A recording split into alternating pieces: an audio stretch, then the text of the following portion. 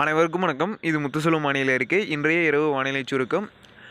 இந்த வீடியோவில் வந்து பார்த்திங்கன்னா தெளிவாக ஒன்றை மட்டும் கூறிக்கொள்கிறேன். அதாவது பார்த்திங்கன்னா இறுதியாக வந்து பார்த்திங்கன்னா நவம்பர் 25ஆம் தேதியே இந்த நிகழ்வை பற்றி கூறிவிட்டேன். உங்களுக்கு நவம்பர் 25ஆம் தேதியே இந்த நிகழ்வை பற்றி கூறிவிட்டேன். அடுத்த நிகழ்வு 7, 8, 9 தேதிக்கு மேலே வரும்னு சொல்லியிருந்தேன். அதன் அடிப்படையில் என்னுடைய கணிப்பு துல்லியமாக அமைந்திருக்கிறது. கிட்டத்தட்ட உங்களுக்கும் தெரியும், தினசரி வானிலை அறிக்கை கேட்டுக்கொண்டு தான் இருக்கிறீர்கள்.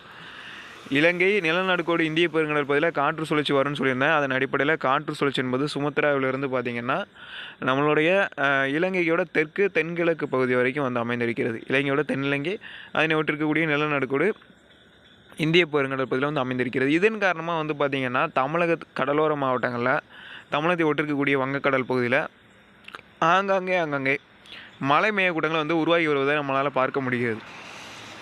நீங்கள் வந்து இந்தியன் சேட்டலைட், அதாவது இந்திய வானிலை மையம் அந்த சேட்டலைட்டை எடுத்து பார்த்தீங்கன்னா தெரியும்.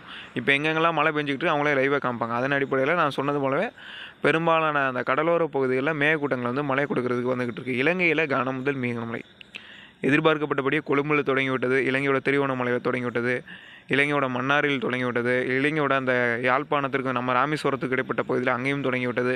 இன்னும் பல்வேறு இடங்களில் இலங்கையில் மழை என்பது பதிவாக கொண்டு இருக்கிறது. இனி வரக்கூடிய மணி நேரங்கள் அனைத்து தமிழக கடலோர மாவட்டங்களிலும் இரவில் பரவலாக மழை எதிர்பார்க்கலாம் என்பதான் என்னுடைய கருத்து. வரக்கூடிய மணி நேரங்கள் தென்கடலோரம், டெல்டா மாவட்டங்கள் மற்றும் வட தமிழக கடற்கரையோர பகுதியில் ஆங்காங்கே இடி மின்னலக்கூடிய மழை என்பது இரவில் வரக்கூடிய மணி நேரங்களில் எதிர்பார்க்கப்படுகிறது. நன்றி, வணக்கம்.